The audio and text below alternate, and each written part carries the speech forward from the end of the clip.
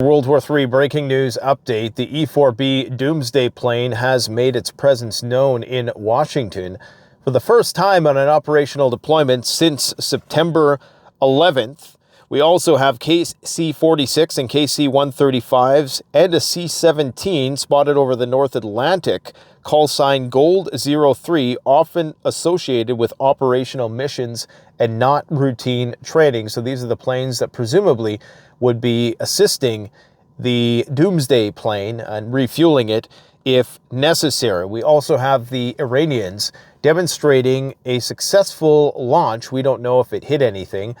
They are claiming that it was intercepted, but we don't see what's happening in Israel anymore. All we see is that the United States continues to evacuate its people, despite the fact that Donald Trump is sending out very ambiguous signals in the Oval Office today. But the Iranians had sent out a intermediate range ballistic missile. We assume it was intermediate range.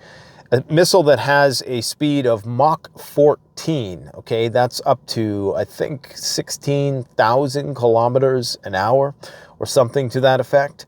Of course, would be very hard to intercept with anything that the United States or Israel could throw at it. And if it was successful, then this was most certainly sending a message that we could potentially nuke Tel Aviv or somewhere in Israel. This is the only reason why you would continue to evacuate not only military bases throughout the region, in Qatar, in Bahrain, in Iraq, in Syria, and of course now the U.S. Embassy. You have to look at these data points. This is not reading tea leaves, people. This is not rocket scientists. You have another 12 F-22s en route today to join this huge amassing of force that is currently underway. And of course, the goal is to get as close to your enemy as they will permit, all the while feigning negotiations and dangling the carrot of prospective peace talks. And there's a term for this, and it's called perfidy. I wasn't aware of this term before, but it's a perfect term to encapsulate exactly what the United States is doing with their deployment of additional aircraft carriers, which was recently announced. The Gerald R. Ford is now deploying to Europe, which is essentially trying to get it close to the combat zone. You're going to have 3 aircraft carriers within relative short distance to the Middle East, and a British aircraft carrier, all of which are, of course, escorted by warships. You're going to have hundreds of warplanes, several dozen stratotankers. They're massing force for a major, major push. And perfidy is described as, in the context of war, perfidy is a form of deceptive tactic where one side pretends to act in good faith, such as signaling a truce, but does so with the deliberate intention of breaking that promise. That's what this is in a nutshell.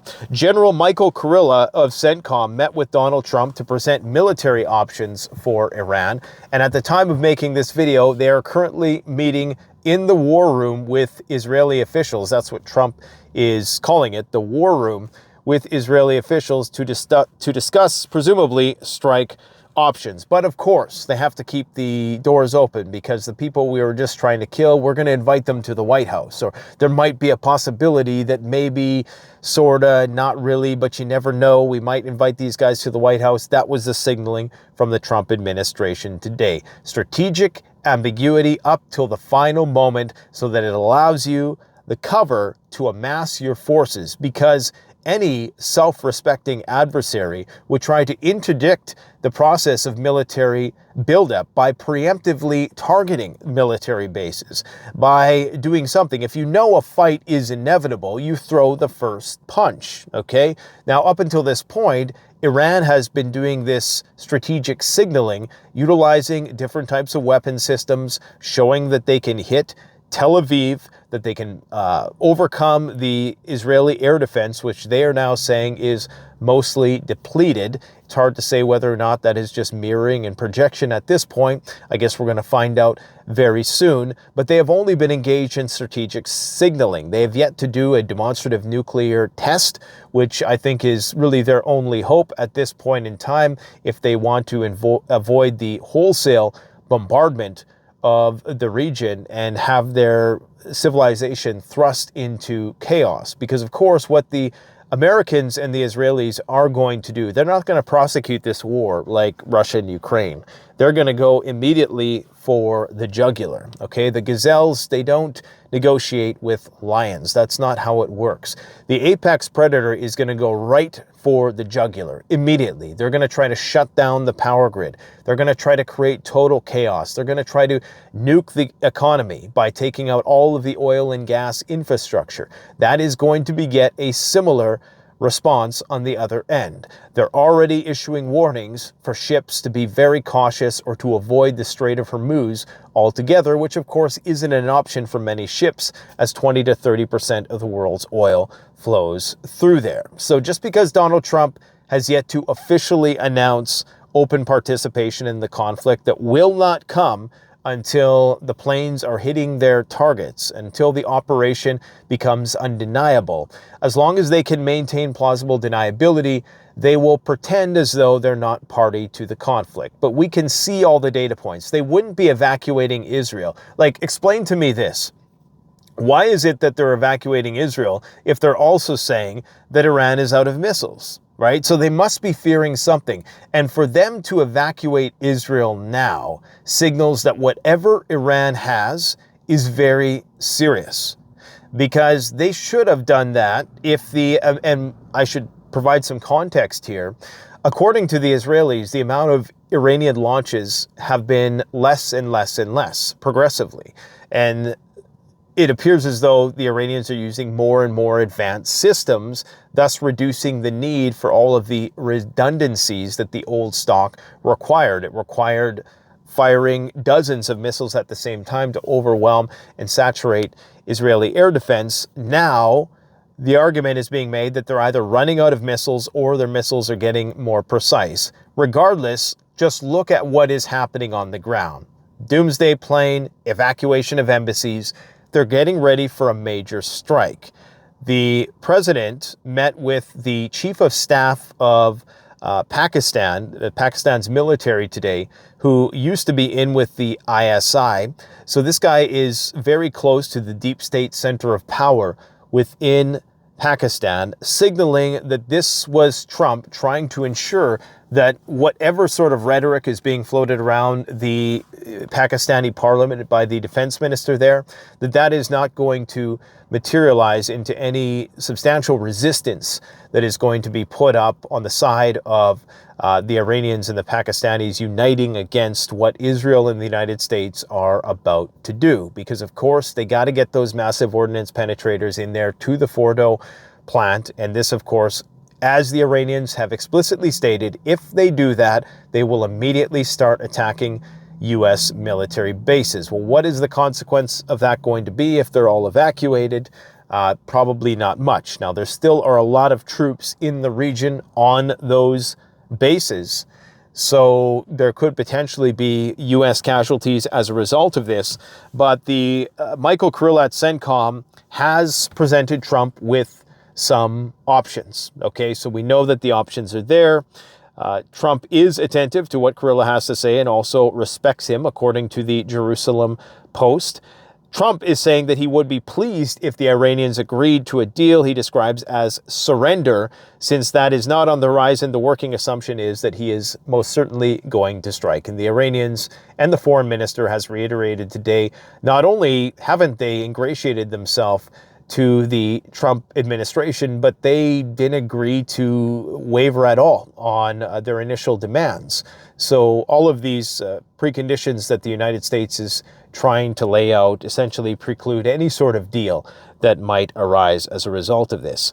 Trump says that these are simple words: unconditional surrender. It means I give up, I've had enough, and then we'll blow up all the nuclear sites everywhere. So this is a foregone conclusion.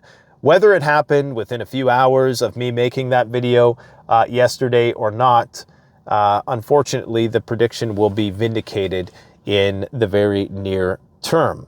Trump has also advised Netanyahu to keep going, quote unquote, and Iran has rejected Trump's recent proposal to shut down enrichment and meet with Vance and Witkoff. Of course, they've been doing that since the start. As I indicated, the USS Ford carrier group is deploying to Europe, making it the third U.S. carrier group in the Iranian theater. I also indicated that the E-4 Doomsday plane landed near Washington. Of course, this is an airborne command post for nuclear war. Now, Trump is saying, he said something, probably the most hyperbolic thing he ever said today, was that if Iran gets a nuclear weapon, the world is going to blow up. As far as I know, the biggest nuclear detonation was the Tsar Bomba, which was 50 megatons. Okay, the biggest one ever detonated by the Soviets. The biggest one in existence today is maybe a few megatons. Maybe the Russians have something. But the idea that the Iranians getting a nuclear weapon, all that is going to blow up their world, that's for sure. They might hit Washington. They may hit New York City if they do have the means to deploy it on an intercontinental ballistic missile. But I'm not sure whose intelligence he thinks he's insulting when saying things like that, unless there are broader geopolitical implications that would ensnare the Russians and the Chinese into this Middle Eastern nuclear maelstrom. That is a possibility that is what he's thinking, but that's not how it came off. It came off as physically inaccurate. 12 F-22 Raptors en route to Mawaf Salti Air Base in Jordan via RAF Lakenheath in the UK. So that tells you that right there. That's a multi-role fighter. It's going to be used to escort the Stratotankers and possibly the stealth bombers. And that is what is going to be used to try to take out Fordow nuclear plant. But it's not just about that. It's about regime change, which is why they're targeting all of these places throughout Tehran and targeting the missile defense and all of that. They just don't want a formidable adversary messing with the balance of power in the region now, or maintaining the balance of power in the region. Here is something for you to think about, little sidebar here.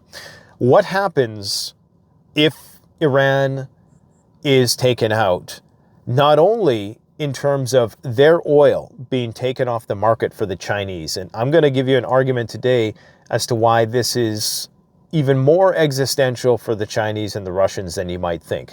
As I indicated yesterday, of course, it opens up the doors of Hades to the Caspian Sea and would essentially put a NATO-backed puppet government on Russia's shore, on another one of Russia's shores, essentially surrounding Russia from all sides, opening up their southern flank to attack.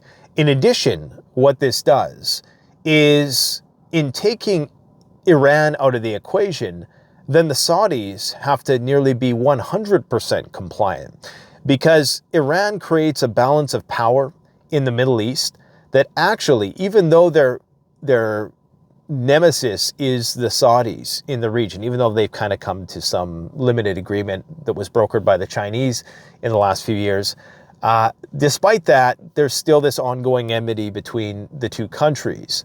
That actually works to the advantage of the Saudis, because so long as the Iranians are there, then the Americans can't monopolize the situation, and the Saudis have more leverage. The Saudis actually lose leverage if Iran collapses, okay? And this is bad for China, because people think, well, just Iran's oil is going to be cut off, and Iran's oil is no longer going to be sold to the Chinese.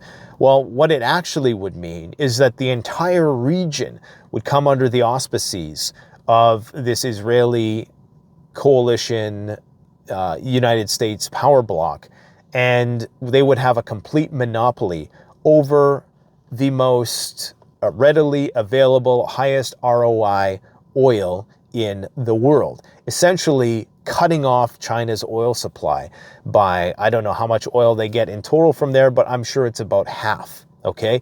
So this is why it's absolutely existential for the Chinese, okay? Just a little sidebar there for you to think about. Now, yesterday, right after making that video, they targeted Khamenei's underground command center, the Ayatollah's command center, allegedly. Israel and the U.S. military officials are coordinating possible joint strikes if ordered in the war room today. Let me just see if there's any new news regarding this, because it's a very tumultuous situation, which is fluctuating by the minute. The Iranian government claims responsibility for internet restrictions. So they took the internet down. Okay, now if they can take the internet down there, you can bet that they can take the internet down here. No problem. Why did they do this? Because they were alleging that Israel was misusing Iran's network for military purposes. And their networks actually were hacked today with calls for an uprising. Israel claims that it wasn't them who did it. Of course it was them. I mean, come on. Or it was partisan groups from within. So the Iranian state media aired an image of a miniature nuclear warhead with the caption, "Maybe." That was interesting. So it was a guy who was stroking like a Persian cat, a little miniature nuclear warhead. And this is something that you would expect from like an RT who kind of takes a more jocular approach to presenting this type of media in a more facetious fashion that perhaps is acceptable. But regardless, they're hinting that they have nukes. Now that they've effectively been able to send the message that we can deliver a large payload and you can intercept it, then there's only one thing left to do, and that's do a nuclear test. And that's where you have all of the ingredients laid out. And then you say, okay, we have 15 of these. You might not think we do. You can call our bluff if you want, but we have 15 nukes. And maybe your intelligence knows that we don't. Maybe they know we do. Maybe they know we have more. Regardless, that is our deterrent. At this point, Iran has done nothing to establish deterrence, and they will be defeated, if only in the sense of their economy will be completely destroyed. I mean, in terms of invading the country, it's surrounded by mountain ranges. It's an indomitable fortress, just due to the topography of the region alone. So getting military forces in there would be incredibly difficult unless it collapses from the inside out, which is what they're trying to do. And what they're going to try to do, and there's no reverse gear here, guys. I mean, this is obvious. The fact that oil is $75 a barrel right now, I'm not giving you any financial advice whatsoever, but I'm just saying that that is going to seem incredibly dirt cheap soon, I would suspect. Okay, I must add that caveat that I would suspect. So something to keep in mind. Iran state TV warned viewers, if you see disruptions or strange messages while watching channels, it's due to enemy interference with satellite signals. Okay? They also briefly posted that calls for citizens to rise up. The UK held a Cobra emergency meeting to address the Middle East crisis. I'm not sure what the acronym stands for specifically, but is something to do with their National Security Council. And Keir Starmer has warned that the Trump administration is getting ready to do some attacks, as well as Macron. British officials are reviewing whether to allow U.S. B-2 bombers to fly from Diego Garcia to strike Fordow, a heavily fortified enrichment site buried 80 to 90 meters inside a mountain. It's actually deeper than that. I hear it's more like 500 meters, but who knows? All you're going to do at best is entomb the entrances and hope that they don't have enough bulldozers to quickly get the situation under control. The Prime Minister chaired a ministerial Cobra meeting in which they were updated on efforts to support British nationals in the region and protect regional security. Maritime agencies advising vessels to avoid Iranian waters near the Strait of Hormuz due to rising security risks. Of course, there was that collision, they claim, that was just an accident between oil tankers just outside the Gulf of Oman. That was no accident. That was someone messing with the GPS. I'm 100% confident that was a hack. That kind of stuff just doesn't happen, guys. Okay? U.S. is organizing evacuation flights and cruise ships for Americans leaving Israel. Again, you wouldn't do that if you thought that your enemy's arsenal was depleted, especially considering to what they just sustained. The time to have done that would have been a long time ago. Trump on Putin's offer to mediate with Iran. This is what Trump said to Putin. I told him, do me a favor, be a mediator in your own country first. Let's deal with Russia first. Okay?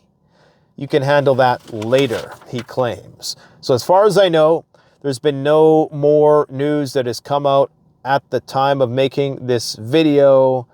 What else is going on here? No breaking news as of yet.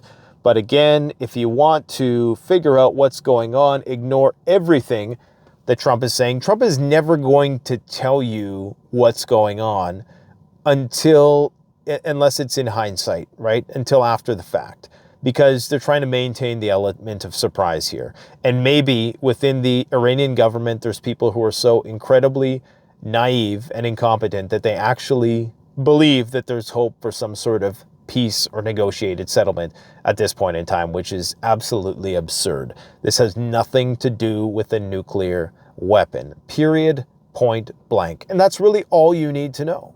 It's nothing to do with nukes. It's about regime change. It's about regional dominance. This is a global game of risk, and the name of the game at this point in time is to gobble up as much territory to try to surround your adversary for better positioning for the upcoming Day X exchange of nuclear weaponry and asymmetrical hybrid warfare. It's getting yourself in a position to fight that war. That's all this is. That's why China's taken Taiwan. That's why Russia's taken Ukraine. You know, that's why things are happening in Africa and in South America and Greenland and all this stuff. It's just pre-positioning for the proverbial Day X. Go and check out the Canadian Prepper YouTube channel. Today we're going to be releasing a video, which is a bare bones approach to getting yourself prepared with a bug out bag. I show you some innovative products that you can use that are entry level, that are very user-friendly, that are very low cost. And the bar for entry is quite low with respect to some of the stuff that we're going to be talking about on the channel today over there. I'm trying to keep it boilerplate because there's a lot of people, new people who are going to be entering the space. And oftentimes we take for granted, we as preppers, how much information that we've accumulated. I am by no means an expert in these things. Every day I try to approach this as I'm new to this. I don't know anything. And I always try to approach it with humility. I'm always learning stuff, even though I've done probably 3,000 videos now on the topic of preparedness and trying to view it from all angles. But it's important at this point in time that I keep in mind, and we all do keep in mind, that we are a very small subset of the population, and that most people don't have this level of awareness. If you've been following me and the channel and the updates, a very, very small fraction of the population have the information that we have. And it's not because we're special. It's not because we're better than them. It's because this is where we've focused our attention for the last little while. So I would, I would just keep that in mind. I got to go, guys. Thanks for watching.